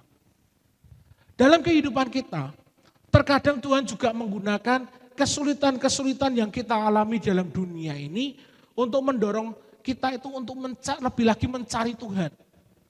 Kesulitan-kesulitan yang kita alami seringkali akan membuat kita itu belajar untuk mencari Tuhan. Ketika orang percaya hidupnya itu hidup secara duniawi, Tuhan akan mendatangkan cobaan agar apa? Agar mereka itu bertobat. Ya, Tuhan akan mengizinkan ada pergumulan, ada masalah, cobaan-cobaan dalam kehidupan kita itu agar kita mau bertobat. Untuk kembali apa? Kembali kepada Tuhan. Ya, sama seperti kisah Nabi Elia. Ketika bangsa Israel meninggalkan Tuhan, Tuhan berikan kesulitan, Tuhan berikan masalah dalam kehidupan mereka. Tetapi ketika mereka mau kembali kepada Tuhan, Tuhan itu melancarkan pertolongannya, menyatakan mujizatnya. Dan dia juga dapat menggunakan kesulitan-kesulitan di dalam kehidupan kita untuk mengajarkan kepada kita hal-hal yang perlu kita ketahui. Ya, sama seperti tadi ketika Tuhan mengajar Elia untuk mengenal dirinya. Seringkali Tuhan juga menggunakan hal yang sama. Lewat kesulitan-kesulitan yang terjadi di dalam kehidupan kita, itu akan membuat kita lebih mengenal siapa Tuhan yang kita percayai. Siapa Tuhan yang kita sembah. Untuk kita lebih lagi mengenal akan jalan-jalannya. Kita lebih mengerti akan setiap rencananya di dalam kehidupan kita. Dan ketika kita belajar apa yang Tuhan sedang berikan kepada kita, apa yang perlu kita ketahui daripada Tuhan, Tuhan juga akan membawa kita untuk kita boleh mengalami mujizat-mujizat yang dahsyat sesuai dengan rencana Tuhan sebagai hasil dari ketaatan kita. Ya, kita mau belajar hari ini Bagaimana ketika Elia, ya, dia bukan siapa-siapa, diangkat oleh Tuhan menjadi nabi Tuhan, menjadi abdi Tuhan. Melakukan banyak mujizat yang luar biasa. Ya, dia tinggal di Sungai Kerit, dipelihara oleh Tuhan. Dengan Jan dan Safat mengalami mujizat yang luar biasa. Dia mengalahkan 450 nabi-nabi Baal. Dan dia juga berhasil, ya, untuk mengingatkan bangsa Israel untuk kembali kepada Tuhan. Tuhan juga bisa bekerja di dalam kehidupan kita. Dan kita juga boleh mengalami mujizat di dalam kehidupan kita. Ketika kita mau belajar untuk kita beriman, percaya kepada Tuhan, dan juga taat untuk melakukan firman-Nya. Amin. Mari kita mau datang kepada Tuhan. Kita mau sambut akan kebenaran firman Tuhan dengan sebuah pujian. Terkadang kita merasa bahwa tidak ada jalan terbuka. Tetapi Dia ya Tuhan yang mengerti, Dia Tuhan yang peduli. Apa yang sedang kita alami, apa yang sedang terjadi di dalam kehidupan kita. Mari kita mau bangkit berdiri bersama-sama.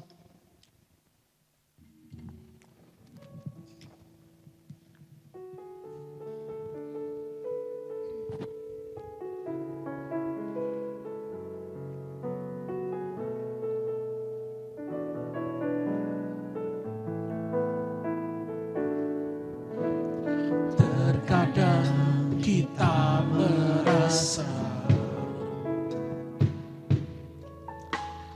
tak ada jalan terbuka, tak ada lagi waktu, terlambat sudah. Tuhan tak pernah berdusta.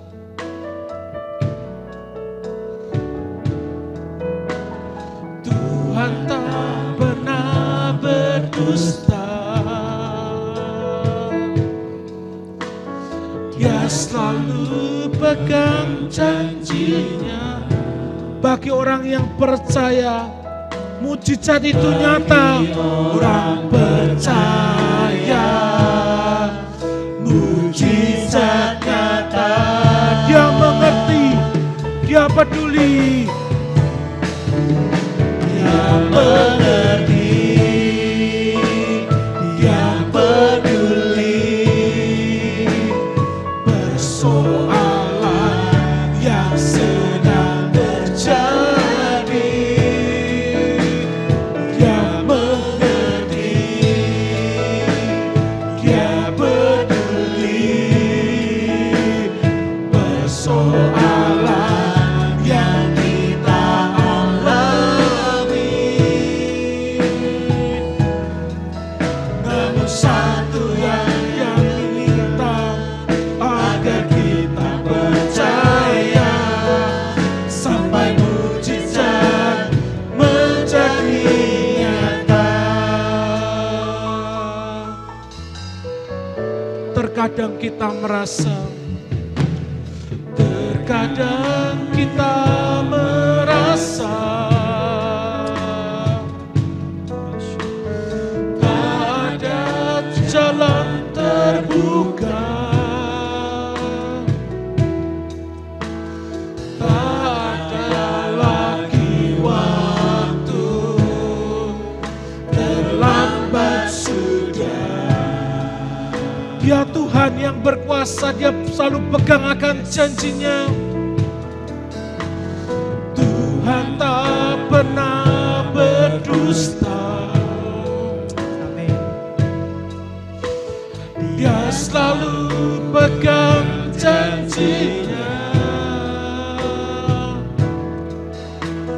Bagi orang percaya, mujizat nyata. Oh, Dia mengerti, Dia peduli. Dia mengerti, Dia peduli. Persoalan yang sedang terjadi, Dia mengerti, Dia peduli. Persoalan yang kita alami,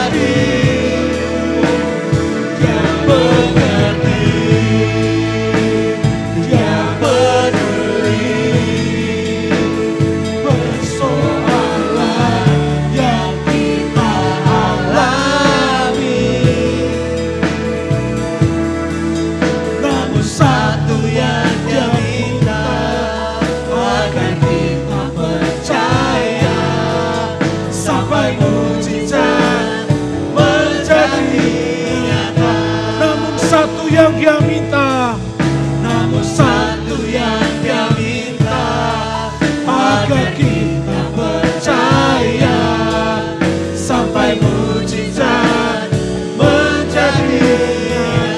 Namun satu yang Dia minta, namun satu yang Dia minta, agar kita percaya sampai mujizat menjadi nyata.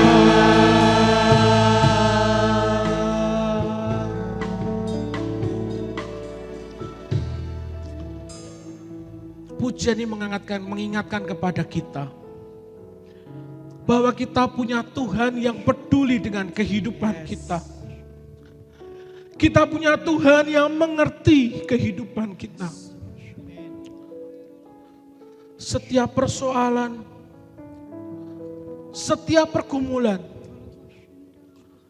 Tuhan mengerti apa yang sedang kita alami saat ini.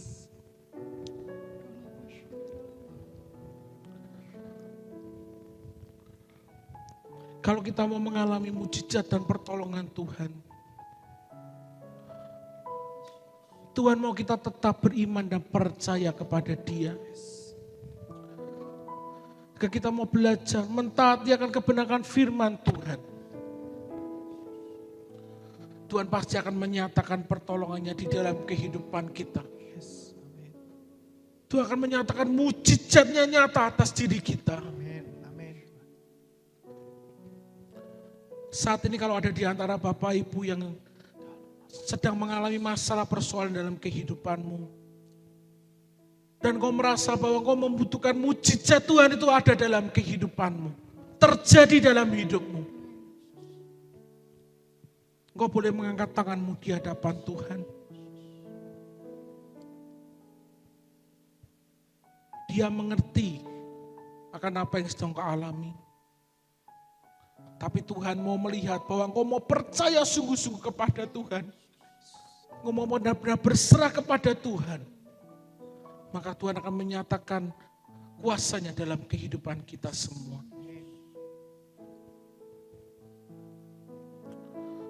Percayalah bahwa kuasa Tuhan tidak pernah berubah.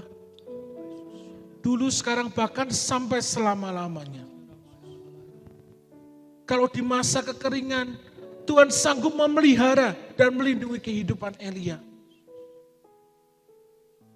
Tuhan juga sanggup memelihara, melindungi, bahkan memulihkan dirimu.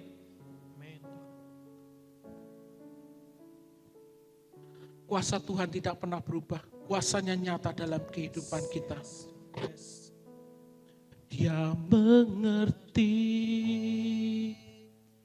Dia peduli persoalan yang sedang terjadi. Katakan dengan iman, Dia mengerti, Dia peduli persoalan yang kita alami. Namun satu yang Dia minta, agar kita percaya sampai mujizat menjadi nyata. Namun satu yang Dia minta, agar kita percaya sampai mujizat menjadi nyata. Kami percaya Tuhan, bahwa hanya Tuhanlah yang sanggup menolong kehidupan kami. Tuhan yang sanggup melepaskan dan memberikan jalan keluar buat setiap persoalan dan pergumulan yang sedang kami hadapi saat ini, Bapa. Dan kami juga percaya bahwa mujizat Tuhan itu nyata di dalam kehidupan kami. Di dalam nama Tuhan Yesus Kristus, setiap persoalan, setiap masalah yang sedang kau alami saat ini, Tuhan sudah memberikan jalan keluar. Tuhan sudah menolong hidupmu. Yes. Tuhan sudah memulihkan hidupmu. Amin. Apapun yang sedang kau butuhkan saat ini, Tuhan sanggup melakukannya dalam hidupmu. Di dalam nama Tuhan. Karena Dia Tuhan yang berkuasa. Tuhan yang sanggup melakukan segala sesuatu. Yes. Karena kita punya Tuhan yang ajaib. Kita punya Tuhan yang berkuasa. Bahkan Yesus yang sudah bangkit dari kematian. Untuk memberikan kepada kita satu kepastian. Satu pengharapan di dalam Tuhan. Bahwa iman percaya kita tidak akan pernah sia-sia. Kita taruh di hadapan Tuhan. Kau sendiri yang melihat buat kehidupan anak-anakmu Bapa. Dan kau sendiri Tuhan yang mau mengajar mereka melalui pengalaman di tepi sungai Bapa. Untuk mereka selalu tetap beriman, tetap percaya, tetap berharap kepada Tuhan. Dan tetap hidup di dalam ketaatan mereka Tuhan. Sampai mereka menerima pertolongan dan mujizat Tuhan yang Tuhan sediakan atas kehidupan mereka. Terima kasih Bapak, terima kasih buat firman-Mu saat ini. Yang sudah boleh hamba-Mu sampaikan. Jadikan rema di dalam kehidupan kami semua Tuhan. Dan biarlah firman ini boleh tertanam di dalam hati kami semua Tuhan. Sehingga firman-Mu Tuhan boleh menuntun kehidupan kami. Membawa terang atas jalan kehidupan kami semua Tuhan. Untuk kehidupan kami selalu berjalan seturut dengan kebenaran firman-Mu. Terima kasih untuk berkat-Mu Bapa. Di dalam berkat nama Tuhan Yesus Kristus. Haleluya. Amin. Silakan Bapak bila untuk kembali, kita mau persiapkan hati kita untuk kita boleh bersama-sama mengambil bagian di dalam perjamuan kudus pada saat ini. Kita mau angkat pujian dalamnya kasih-Mu Bapa, terlebih dari segalanya. Kita percaya Tuhan yang sudah menyelamatkan kita melalui pengorbanannya, Dia juga akan memberikan pemulihan bagi kita semua. Dan saya mengundang para petugas perjamuan kudus bisa maju ke depan untuk kita boleh bersama-sama mempersiapkan diri, mengambil bagian dalam persekutuan dengan tubuh dan darahnya.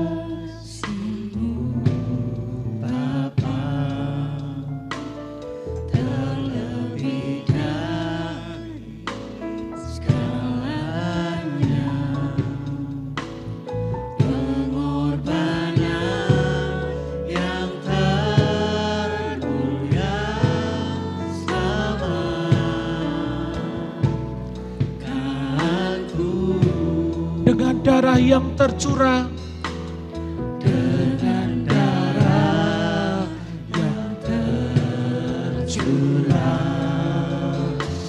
ampuniku atas dosa, ku bersujud kepadamu, oh Engkau ku sembah, Engkau ku sembah, Kau yang terindah, pulihkanku dengan darah-Mu. Engkau ku sembah, Bapa mulia, seumur hidupku ku mau menyembah-Mu. Seumur hidupku, seumur hidupku ku mau menyembah-Mu.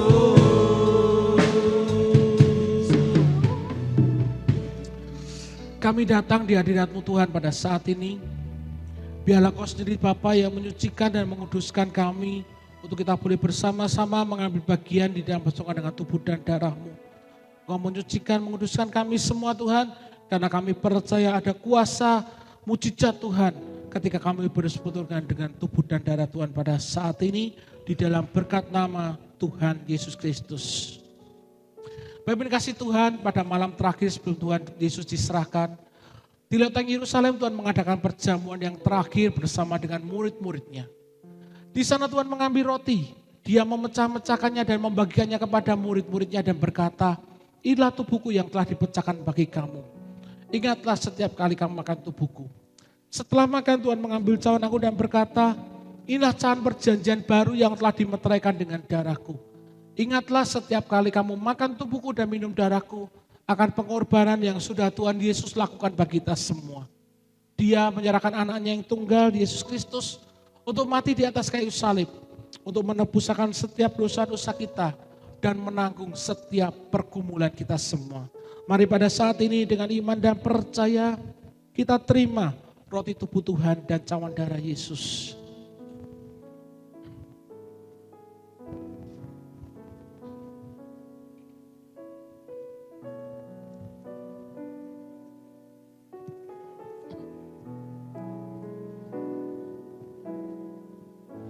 Dalamnya kasih-Mu Bapa.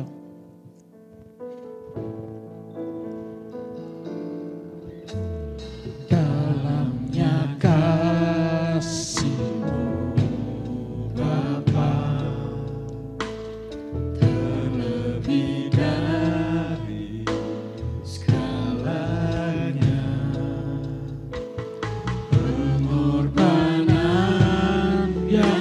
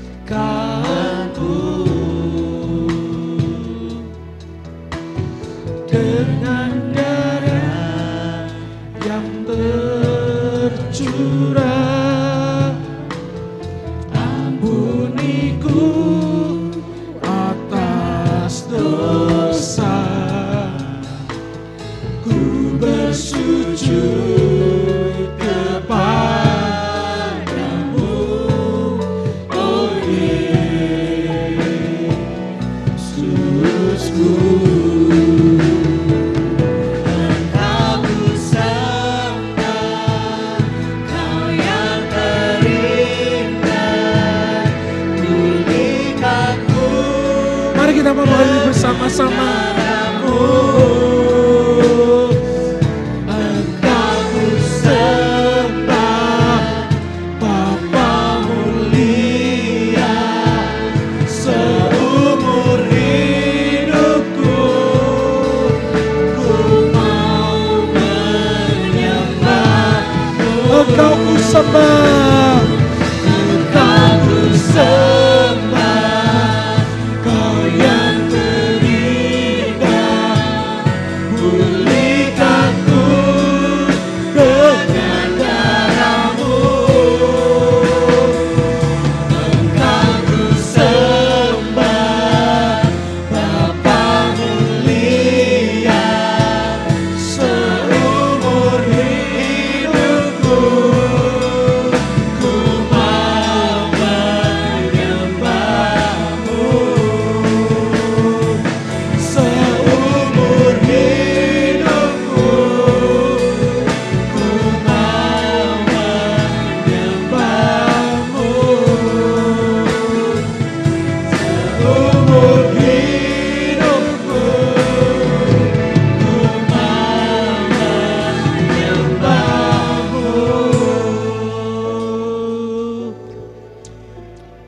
kita akan bersama-sama memperkatakan perkataan iman sebelum kita akan bersekutu dengan tubuh dan darah Tuhan. Mari pegang roti tubuh Tuhan di tangan kanan kita mau angkat tinggi ke atas dan kita akan bersama-sama berdoa kepada Tuhan. Mari ikuti kata-kata saya. Dalam nama Tuhan Yesus Kristus, aku percaya roti ini adalah tubuh Tuhan. Dan cawan ini adalah darah Yesus. Oleh darahnya, segala dosa dan kesalahanku sudah ditebus, diampuni Tuhan di atas kayu salibnya. Sekarang aku selamat dan masuk kerajaan surga. Oleh bilurnya, segala kelemahan dan sakit penyakitku sudah ditanggung Tuhan di atas salibnya. Sekarang aku sembuh, sekarang aku sehat, karena mujizat Tuhan nyata dalam hidupku. Sekarang hidupku senang, diberkati Tuhan untuk melayani gerejanya. Di dalam nama Tuhan Yesus Kristus, mari dengan iman dan percaya kita makan roti tubuh Tuhan bersama-sama di dalam nama Tuhan Yesus Kristus.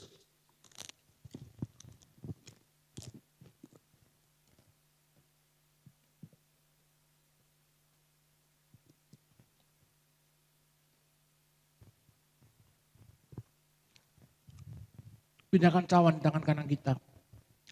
Inilah darah Yesus, darah yang mahal, darah yang dimeteraikan dengan kematiannya di atas kayu salib. Kita percaya ada kuasa mujizat melalui darah Yesus di dalam kehidupan kita semua. Mari dengan iman dan percaya kita minum cawan darah Yesus bersama-sama di dalam nama Tuhan Yesus Kristus.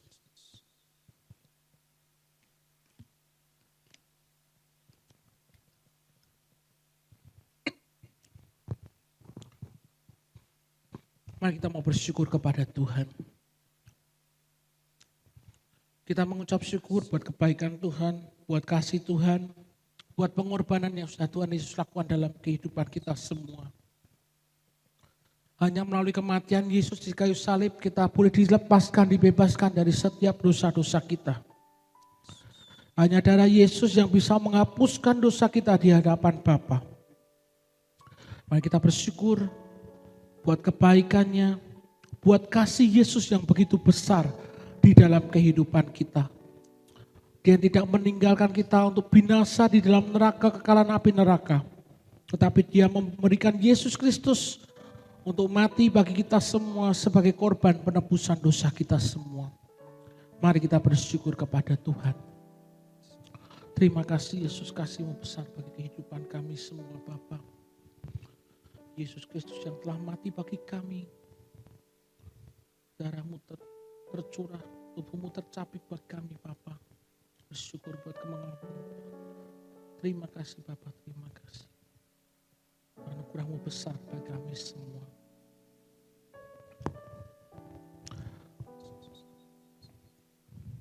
Kami tidak bisa membalas kasih-Mu Bapa. Kami banyak bisa memberikan hidup kami Tuhan, untuk memuliakan akan nama-Mu Bapa. Engkau yang sudah membebaskan kami, Engkau yang sudah menyembuhkan kami, bahkan Engkau yang memulihkan hidup kami semua Bapa. Kami bersyukur buat semuanya itu Bapa. Dan kami percaya Tuhan, kami boleh menerima kuasa kebangkitan Yesus Tuhan. Ketika kami boleh bersekutu dengan tubuh dan darah pada saat ini. Kami percaya mujizat Yesus terjadi dalam kehidupan kami.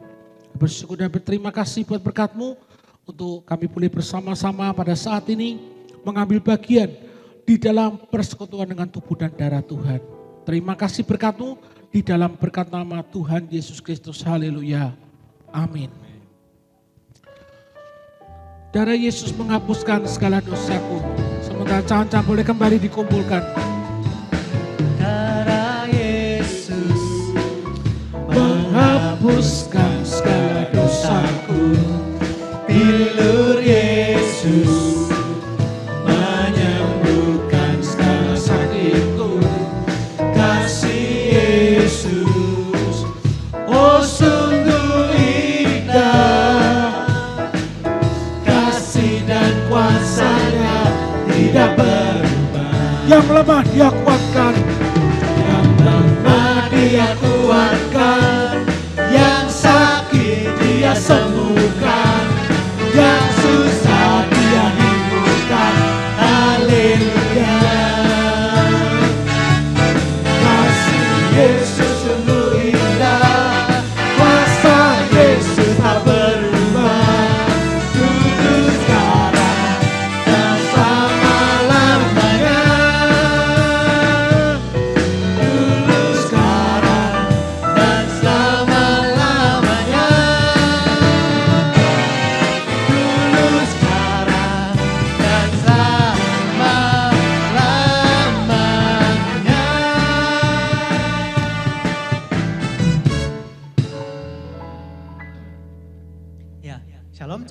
kasih Tuhan. Sebelum saya menyampaikan beberapa informasi mengenai kegiatan di gereja kita, GBI Semarang Indah, saya mau mengundang sekali lagi Bapak Ibu sekalian, kita sama-sama bangkit berdiri. Kita mau sama-sama baca deklarasi hidup berkemenangan kita di tahun 2024 ini. Kita mau baca bersama-sama dengan bersungguh-sungguh, dengan segenap hati kita dan kekuatan kita. Kita percaya apa yang kita baca sama-sama ini boleh menjadi nyata dalam hidup kita. Amin Bapak Ibu sekalian. Mari kita mau sama-sama baca. Di hitungan yang ketiga kita baca deklarasi ini. 1, 2, 3. Deklarasi hidup berkemenangan, surga terbuka nyata di bumi. 1. Yesuslah yang terutama dalam hidupku dan hidupku melekat kepadanya. 2. Di dalam nama Tuhan Yesus, di dalam hidupku tidak ada lagi kedagingan, kutuk keturunan, tali maut, kenajisan, perzinahan, perceraian, dan hati yang beku menyakiti hati Tuhan. 3. Aku dibebaskan dari sifat dan karakter amarah, kebenaran diri, garang, sombong, lari dari rencana Tuhan. 4. Aku punya gambar diri yang utuh dan positif, dan tidak ada lagi kelemahan dalam roh, jiwa, dan tubuh, di mana aku berada jadi terang dunia. 5. Aku dibebaskan dari masalah kerugian, kutuk kebangkrutan, kutuk berhutang, kutuk kegagalan, kutuk kemiskinan, pahit hati, dan jiwa terluka dengan darah anak domba Allah. 6. Aku percaya bahwa dalam suka maupun duka, di atas gunung atau di lembah, dalam tangis ataupun tawa, dalam berkat maupun pencobaan, Tuhan Yesus selalu ada menyertaiku dan tidak pernah meninggalkanku. 7. Tuhan Yesus jauh lebih besar dari masalahku, dan Dia sanggup mengubah jalan buntu menjadi jalan keluar yang membawa kemenangan bagiku.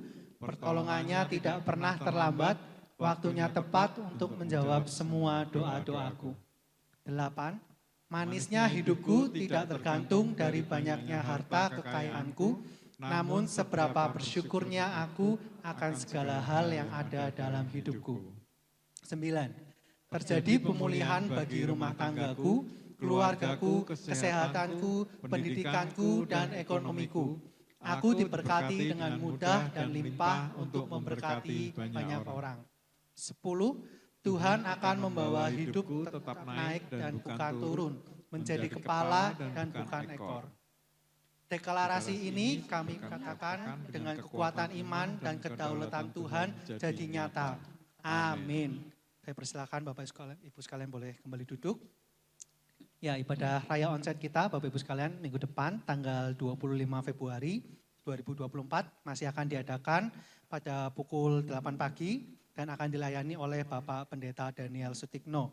Dan bagi jemaat yang mungkin belum bisa hadir dalam ibadah raya onsite, Bapak Ibu sekalian bisa tetap mengikuti ibadah raya secara online di channel YouTube GBI Semarang Indah pada pukul 5 sore.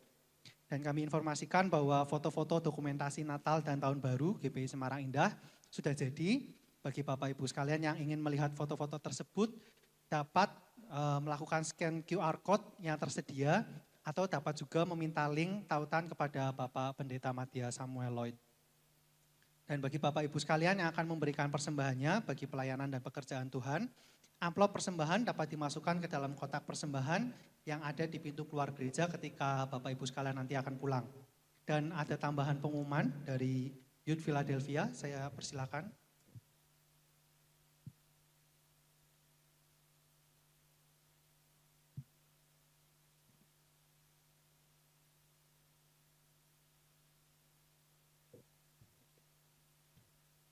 Shalom jemaat yang dikasihi Tuhan, kami dari Youth Philadelphia akan mengadakan Youth Special Valentine dengan tema First Love yang akan diadakan pada hari Sabtu tanggal 24 Februari 2024 pukul 5 sore di ruang aula Gedung Philadelphia atau ruang sekolah minggu. Oleh hambanya Pendeta Matias Samuel Lloyd Praetno. Kami mengajak anak-anak muda dari kelas 6 SD sampai dengan kuliah untuk ikut serta dalam ibadah ini dengan dress code baju berwarna merah, pink atau putih. Informasi lebih lanjut dapat melihat pada Instagram kami, Youth Philadelphia Official. Mari bersama-sama kita memuji dan merasakan hadirat Tuhan bersama Tuhan Yesus memberkati. See you and God bless you. Ya, dan demikianlah informasi yang dapat kami sampaikan Bapak Ibu sekalian. Sebelum kita akan menerima doa berkat, saya mengundang Bapak Ibu sekalian untuk dapat bangkit berdiri dan nanti kita akan sama-sama menerima doa berkat yang akan dibawakan oleh Bapak Pendeta Matias Samuel Praitno. Saya persilahkan. Mari kita berdoa. Terima kasih Tuhan buat hari yang indah yang Tuhan berikan kepada kami. Untuk kami boleh bersama-sama ada di dalam rumah Tuhan. Memuji, meninggikan dan memuliakan akan nama-Mu Tuhan. Dan biarlah setiap pujian penyembahan yang boleh kami bawa di hadapan-Mu. Boleh jadi satu persembahan yang menyenangkan hati-Mu saja Bapa. Dan Kau juga menyertai dan memberkati buat setiap jemaat Tuhan yang sudah setia hadir di dalam ibadah raya pada hari ini. Jemaat Tuhan dikasih Tuhan, pada akhir ibadah hari ini, mari angkatlah kedua tanganmu kepada Tuhan. Pulanglah dan terimakan berkat dari Tuhan kita, Yesus Kristus. Diberkatilah engkau dengan kesehatan yang baik. Diberkatilah keluarga dan rumah tanggamu. Diberkatilah usaha dan pekerjaanmu. Dan diberkatilah segala hasil pekerjaan tanganmu. Karena Tuhan yang menyertai engkau. Tuhan akan memberkati dan melindungi engkau. Tuhan menyirami engkau dengan wajahnya dan memberikan kepadamu kasih karunia-Nya. Tuhan menghadapkan wajahnya kepadamu dan akan memberikan kepadamu damai sejahtera. Mulai saat ini sampai Yesus datang untuk kali yang kedua.